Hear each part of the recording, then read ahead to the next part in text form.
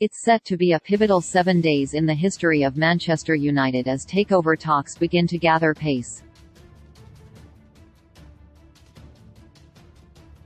The Glazer family have reportedly set next Friday as the soft sale deadline for interest to be made concrete, meaning there is now less than a week remaining for any interested parties to lay out their plans for the club. Sir Jim Ratcliffe has made public his desire to bid for his boyhood club, while there is also understood to be interest from Qatar as well as American investors.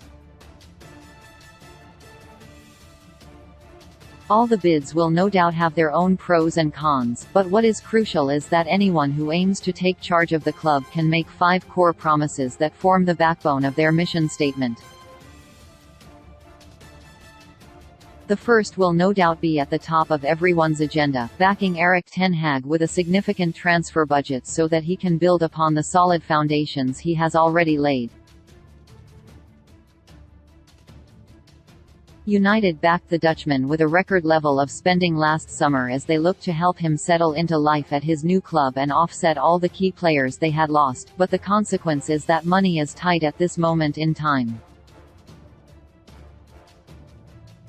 Qualifying for the Champions League and selling players will remain integral to their spending this summer, but it would certainly help if they had the boost of extra finances to go along with it. It is particularly pertinent this summer, when United might need to choose between signing an elite striker and a world-class striker, though if a takeover occurs they might be able to afford both. Another important pillar will come in the form of clearing the club's enormous debts. It could well be that the initial takeover sum helps to do this, otherwise it is crucial that the new owners have a clear plan of action for how they aim to reduce the amount of money currently owed.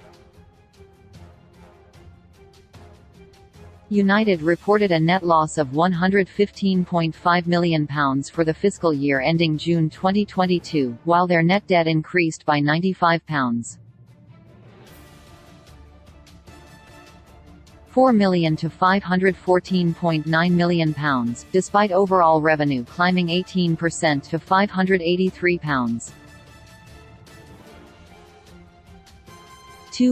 Another crucial promise to make will be the funding of Old Trafford's redevelopment, whatever that might entail. These plans are understood to be on hold for the time being until new owners are found. Interested parties will be made aware of the consulting plans for the stadium and will then need to decide how they'd go about improving the match-day experience should their bid be successful. This investment can also be extended to the club's Carrington training facility, which is already undergoing renovation as they look to bring the complex up to date with modern standards.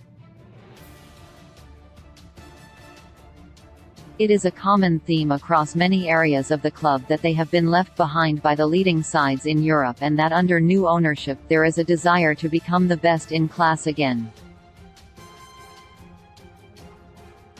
The final promise must be that there is a commitment to improving United across all areas of the club, not just the men's senior side.